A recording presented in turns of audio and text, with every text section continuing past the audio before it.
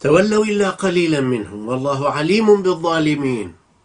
خواهی پروردگار زۆر زانایە، زۆر ئاگای لە زاڵمەکان. تۆ سەیری ئەمانە چ زوڵمێکیان لە نەفسی خۆیان کرد؟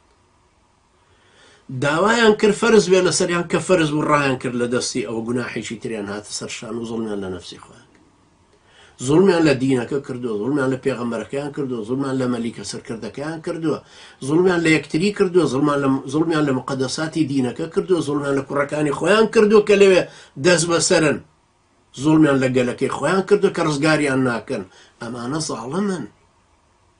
تۆ دڵت داخور پێلەوەی کە تۆش چوو بیتە ڕیزی ئەم زاڵمانەوە. وا نەزانی کە ئەوترە زاڵم مەبەسی پارتی وێچێتیە، مەبەسی سەدام حوسێن و قەزافیە.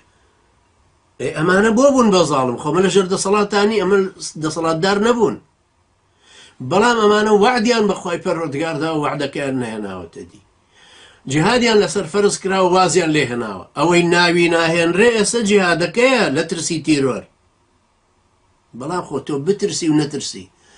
ئەمریکا کامیلەن دەزووکرێ بە سەراسەری مسلمانانە حکمی جیهادەکە هەر نەسخ نابێت.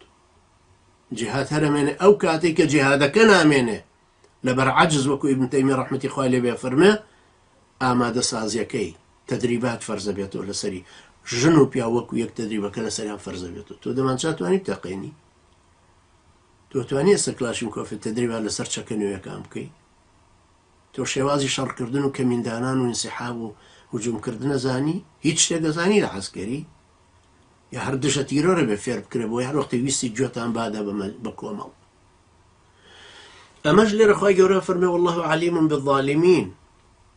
ئەمانە زوڵمیان کرد. زاڵمی گەورە ئەمانن کە دینەکە ئەزان و نایکەن، دینەکە ئەزان و بەیانی ناکەن، دینەکە ئەزان و پێوەی پابند نابن، دینەکە ئەزان و نایگەیەنەوە.